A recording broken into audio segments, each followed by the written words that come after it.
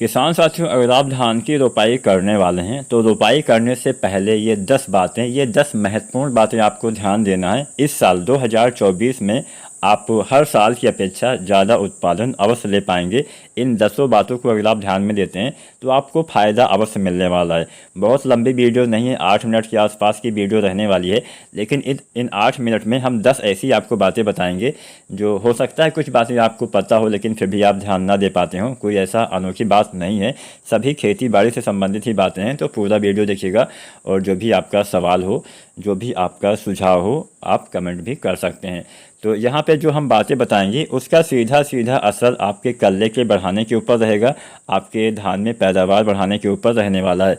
तो सबसे पहली बात और सबसे आवश्यक बात, आपको जो नर्सरी के पौधे की रोपाई करनी है उसका टाइम पता होना चाहिए। 21 से 25 दिन के जो नर्सरी वाले पौधे होते हैं उनकी रोपाई करिए। अब ऐसा क्यों होता है कि 21 से 25 दिन के ही पौधे की रोपाई करनी चाहिए? ऐसा इसलिए होता है क्योंकि ये एक वैज्ञानिक समय होता है। अगर आप बहुत बड़े पौधे की बड़े से मतलब होता है कि बहुत ज़्यादा दिन वाले पौधे की रोपाई करते हैं तो उसमें बहुत सारी समस्याएं आती हैं। एक तो समस्या आती है कि मान लीजिए आपने 21 से 25 दिन के पौधे की रोपाई की और मान लीजिए आपने लगभग 40-50 दिन के पौधे की रोपाई की, तो ये जो 15-20 दिन का समय आपका पौधा नर्सरी में ही गुजार चुका है, वो एक ऐसा समय होता है जब पौधे का विकास होना स्टार्ट होता है। कुछ समय के बाद आपके पौधे में कल्ले का फुटाव होना स्टार्ट होता है। अब ऐसा भी नहीं कि हाँ कल्ले का फुटाव कोई अचानक ही स्टार्ट हो जाता है, ये प्रक्रिया शुरुआत से ही चलती रहती है। अगर आप 20-25 दिन के पौधे की रोपाई करते हैं तो उसके बाद में कल्ले का फुटाव, धीरे धीरे जड़ों का विकास पहले होगा, फिर कल्ले का फुटाव होगा, ज़्यादा से ज़्यादा कल्ले आएंगे। लेकिन वही समय अगर वो पौधा नर्सरी में गुजार देगा तो फिर कल्ले कहाँ से ज़्यादा आ पाएंगे? तो देर से बोए गए या फिर देर से रोपाई की गए पौधे की वैसे भी कल्ले कम आते हैं। मेरा मतलब है कि जो पौधे आप बहुत ज़्यादा दिन वाले लगाते हैं उसमें उत्पादन के साथ साथ कल्ले की संख्या भी कम ही रहने वाली है। इस बात का ध्यान दीजिए। बहुत देर हो जाए तो 30 दिन, हालांकि 30 दिन तक तो बताया जाता है, कुछ वैरायटियों में आप 30 दिन तक रोपाई कर सकते हैं।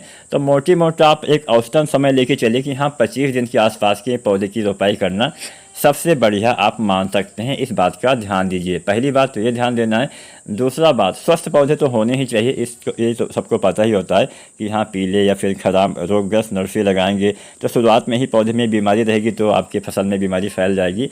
ये तो बेसिक चीज़ें होती हैं, आपको पता होगा। लेकिन दूसरी चीज़ आपको ध्यान क्या देना है कि पौधा उखाड़ने के जितना जल्दी हो सके आपको रोपाई कर देना चाहिए। अभी आपको पता ही होगा टेम्परेचर कितना ज़्यादा हाई हो गया है। हालांकि जब हम रोपाई करेंगे तो हाँ कुछ बरसात का सीज़न स्टार्ट हो जाता है, लेकिन बरसात में भी गर्मी तो रहती ही है, टेम्परेचर तो हाई रहता ही है, धूप तो और इससे भी तेज़ निकलती है बरसात के टाइम पे। तो पौधा उखाड़ने के जितना जल्दी हो सके, मतलब पौधे को एक तो उखाड़ने के बाद आपको छायादार जगह पे रखना है, नमी वाले स्थान पे रखना है, और बहुत देर हो जाए तो 24 घंटा, इससे ज़्यादा समय मत लीजिएगा। वैसे तो एक दिन मतलब सुबह उखाड़िए और शाम तक लगा दीजिए, यही सबसे बढ़िया होता है।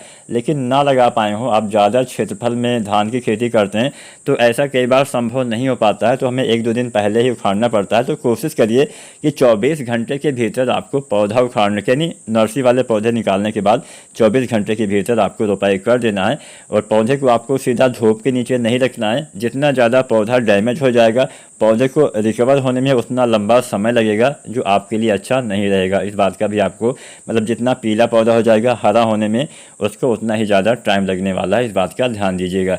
इसके साथ साथ खेत की तैयारी, अब कई बार हम खेत की तैयारी के ऊपर ध्यान ही नहीं दे पाते हैं समय से। आप अभी गर्मी का टाइम चल रहा है, अभी बरसात हमारे यहाँ पे यूपी में तो स्टार्ट नहीं हुई है, तो अभी आप गहरी जो है जुताई करवा दीजिए जिससे खरपतवार की कुछ समस्याएं कम हो सके। तो गर्मी के टाइम पे वैसे तो आपको गहरी जुताई ही करवानी चाहिए। उसके बाद जब आपको रोपाई करनी हो तो आप अपनी आवश्यकता अनुसार आपको खेत की अच्छे से तैयारी करनी है, मिट्टी को एकदम मुलायम बना देना है, जिससे जब भी आप नर्सरी उसमें रोपें, क्योंकि धान का खेत सबसे बढ़िया होना चाहिए। अन्य खेतों की तुलना की जाए तो उसमें धान का खेत आपका सबसे अच्छा होना चाहिए, तभी बेहतर रहता है मेरे हिसाब से।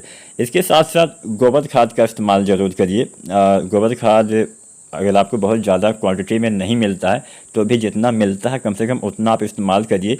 गोबर खाद डालने से बहुत सारे फ़ायदे होते हैं। गोबर खाद अपने आप में एक कंप्लीट खाद होती है और रासायनिक खाद की तरह खाद नहीं होती है। एक खाद डालने के बाद लंबे समय तक आपकी मिट्टी में बनी रहती है, मौजूद रहती है और जैविक क्रियाओं में भी काफ़ी बढ़ावा देती है, मिट्टी में सुधार करती है, मिट्टी में एक भुरभुरापन भी लाती है, जो हवा का आवागमन है उसमें भी काफ़ी हेल्प करती है। तो गोबर खाद बहुत ही आवश्यक चीज़ होता है। आजकल हम रासायनिक खादें इतना इस्तेमाल करने लगे हैं कि हमारी मिट्टी ही सख्त हो गई है, जड़ों का विकास ही नहीं हो पाता है, जो कुछ हम खाद पानी डालते हैं वो पौधे तक पहुँच ही नहीं पाता है।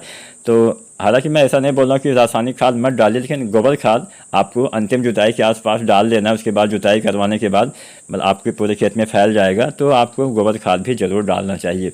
इसके साथ साथ अगर हम खादों की ही बात कर रहे हैं तो रोपाई से पहले अगर आप चाहते हैं कि धान में आपको सबसे ज़्यादा पैदावार मिले, तो जितना भी ये बेसल डोज वाली खाद होती है, नाइट्रोजन, फास्फोरस, पोटास, ये 3 तत्व शुरुआत में सबसे ज़्यादा काम करते हैं। इन तीनों तत्वों का इस्तेमाल आपको रोपाई से पहले ही कर देना है अगर आप चाहते हैं ज़्यादा लाभ मिले। क्यों करना है? क्योंकि जब आप रोपाई करते हैं तो रोपाई के 3 दिन के भीतर यानी 72 घंटे के अंदर आपके पौधे मिट्टी को अच्छे से जड़ें पकड़ लेती हैं और मिट्टी में भोजन की तलाश करने लगती हैं। अगर मिट्टी में भोजन रहेगा ही नहीं तो पौधे का विकास शुरुआती उतना अच्छे से नहीं हो पाएगा। तो जितना भी खाद आपको डालना है रोपाई के 72 घंटे के अंदर आपको डाल देना चाहिए। कोशिश करिए रोपाई से पहले ही डाल देना चाहिए, क्योंकि रोपाई करने के बाद तो आप खेत में जल्दी जाने वाले हैं नहीं, तो पहले ही डाल देना या फिर रोपाई के वक्त डाल देना सबसे बेस्ट रहेगा। तो खादों की बात कर ही लेते हैं।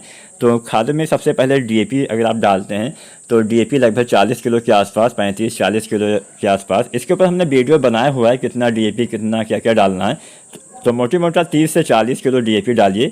अब 30 किलो जो किस्में बहुत जल्दी तैयार हो जाती हैं, मध्यम औज वाली वैरायटी में 35 किलो, देर से तैयार होने वाली किस्मों में 40 किलो डीएपी का इस्तेमाल रोपाई से पहले किसान साथियों आपको करना चाहिए। अगर आप यूरिया डालते हैं तो यूरिया आप चाहें तो उसी समय डाल सकते हैं या फिर आप बाद में भी डाल सकते हैं, क्योंकि आप डीएपी डालेंगे तो उसमें कुछ मात्रा में नाइट्रोजन पाया जाता है। तो यूरिया आप 1 सप्ताह के अंदर तक भी डाल सकते हैं या फिर उसी समय भी डाल सकते हैं, यूरिया लगभग 18-20 किलो। इसके साथ साथ पोटास भी आपको डालना है। पोटास 25 से लेकर 40 किलो तक आप इस्तेमाल करिए। 25 से 30 किलो कम दिन वाली तैयार होने वाली वैरायटियों में, 30 से 35 किलो मध्यम औज वाली वैरायटी में, 35 से 40 किलो देर से तैयार होने वाली वैरायटी में पोटास डालिए। और बहुत से किसान साथी 2 भागों में बांट के पोटास डालते हैं, तो आप चाहें तो पूरी मात्रा भी रोपाई से पहले डाल सकते हैं। अगर आप 2 भागों में बांट के डालना चाहते हैं तो आधी मात्रा यानी मान लीजिए मोटी मोटा 15 किलो रोपाई के समय 15 किलो 40-45 दिन पे आप इस्तेमाल करेंगे तो अच्छा लाभ आपको अवश्य मिलेगा। सबसे आवश्यक बात खरपतवार का नियंत्रण, जिसके ऊपर हमने पहले से ही वीडियो बना दिया है। खरपतवार भी काफ़ी एक गहरी समस्या होती है हमारे पौधे में अच्छे से विकास ना होने के लिए और ज़्यादा उत्पादन पाने में कमी पाने के लिए। खरपतवार अगर ज़्यादा हो जाते हैं तो उत्पादन हमेशा कम ही मिलता है। तो खरपतवार का नियंत्रण 2 तरह से किया जाता है। एक होता है किसान साथियों जमने ना दिया जाए, जिसके लिए हम 2 दवाओं का इस्तेमाल करते हैं। एक होता है ब्यूटाक्लोर, एक होता है पेट्रोलाक्लोर। और जब मान लीजिए खरपतवार का जमाव हो जाता है तो हम इस्तेमाल करते हैं बिस्पायरीबैग सोडियम। इसके ऊपर ज़्यादा जानकारी के लिए मेरी 2-4 दिन पहले वाली वीडियो आप देख लीजिएगा, जहाँ पे मैंने आपको खरपतवार नियंत्रण की कंप्लीट जानकारी प्रदान कर दी है। इसके साथ साथ समय समय से देखभाल करते रहिए। कुछ NPK डालिए, सही से देखभाल करिए, समय से सिंचाई करिए, तो आप भी धान में अच्छा उत्पादन अवश्य ले पाएंगे। वीडियो अच्छी लगी हो लाइक करें, शेयर करें, चैनल सब्सक्राइब